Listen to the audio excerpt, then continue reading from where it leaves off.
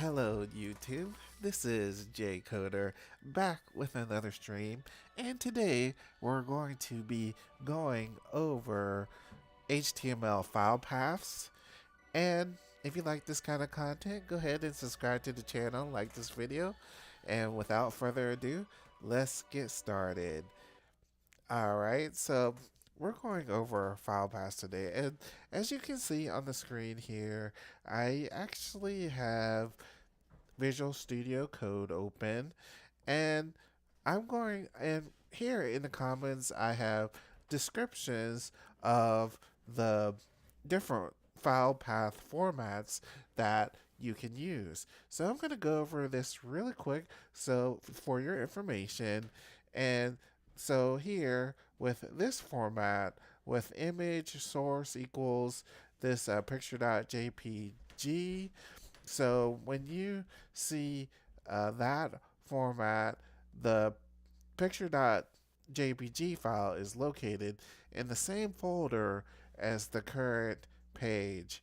So that means it doesn't have any thing in front of it. It just has the actual name of the file. And if it just has the actual name of the file, it means that the image would be in the same directory as the HTML file. So, for instance, here you see on the side, you see the file system and you see the index.html. So, for instance, if it wanted to call a picture in the same directory, you would simply see another file in the same directory, in the same part, called picture.jpg. The next one says images slash picture.jpg. The pictures.jpg file is located in the images folder in the current folder. So what that means is basically if you see like another folder called images, that means the actual image is in a folder called images, and you will see this images in front and then a slash and then the actual picture. And then this next one you see has a slash in front of it. That means the picture.jpg file is located in the images folder as the root of the current web. And so basically it's it on a web server, that would actually be the root of the website. No matter if you have several directories within the website, you actually this will actually be always um, pointing to the root. So at this example, we already do have a folder in the root here, so it will also display the image. And so this one says picture jpg, and that means the picture.jpg file is located in the folder one level up from the current folder. So that means if you had a picture.jpg inside the images folder, then one level up would be the root here, and boom, we are already um, that already points to the root, so that will actually work as well. And all right, so I'm going to go ahead and go over an example of what I have here. So basically, first I'm going to go over something called absolute file path.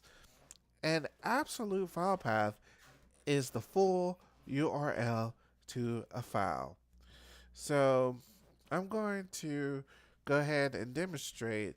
You can also call images from websites And you can use the absolute file path to display that image in your actual web page. So I'm going to go ahead and put this example here. And here I have the image source, and this equals the website of the actual picture. And this is like a description, like the name of the actual picture if it cannot be displayed or for the web engine, the search engine to find. And I'm going to go ahead and show you guys that. So this is the actual website that comes up. So this is called the absolute path, and it's using the absolute website path to to display this file. All right, and now I'm gonna show you guys another example.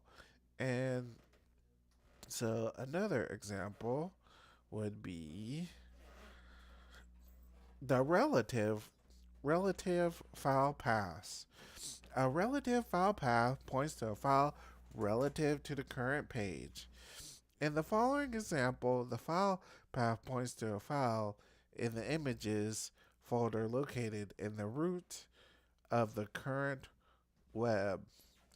So here, for example, I'm going to go ahead and delete this one, this absolute file path. And notice this is on a different server from our website, which is now we're going to use a relative file path to our local file. So, for instance, how that can work is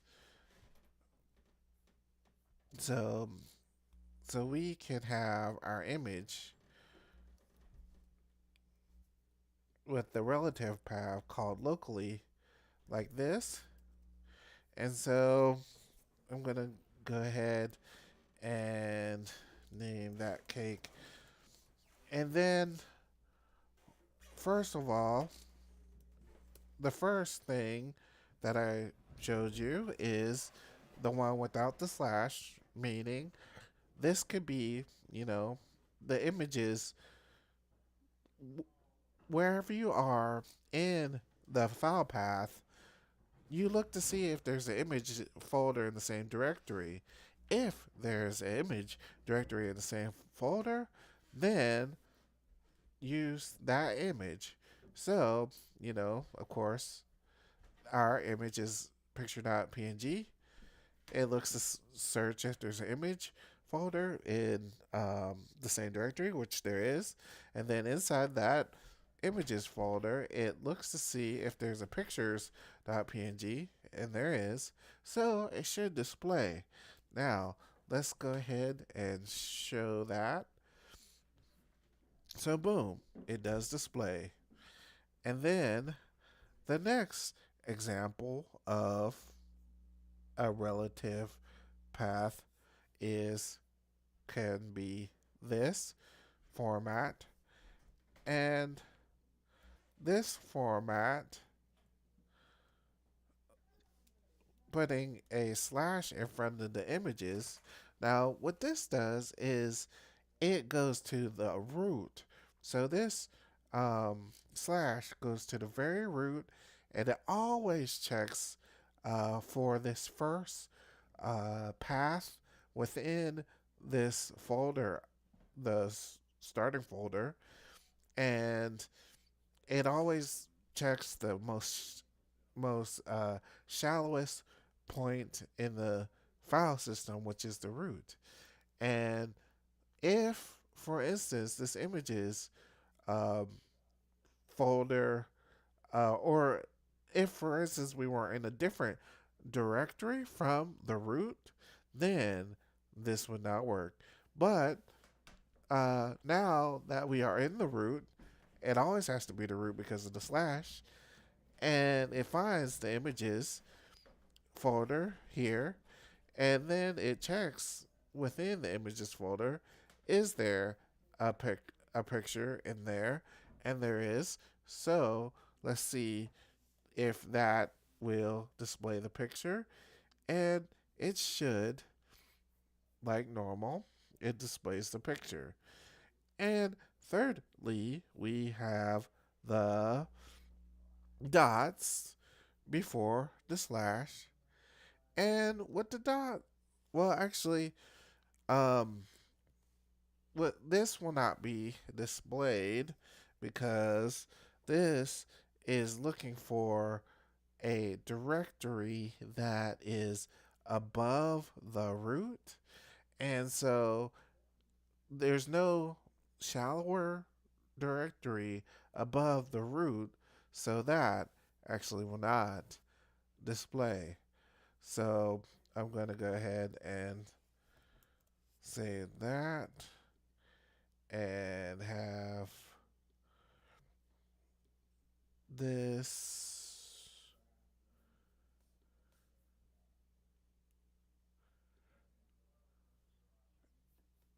Okay. Actually, um, with those dots,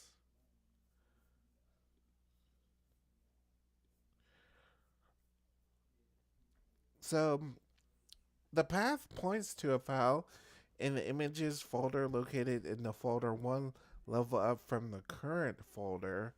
So actually, this one does work, which, sorry about that wrong information.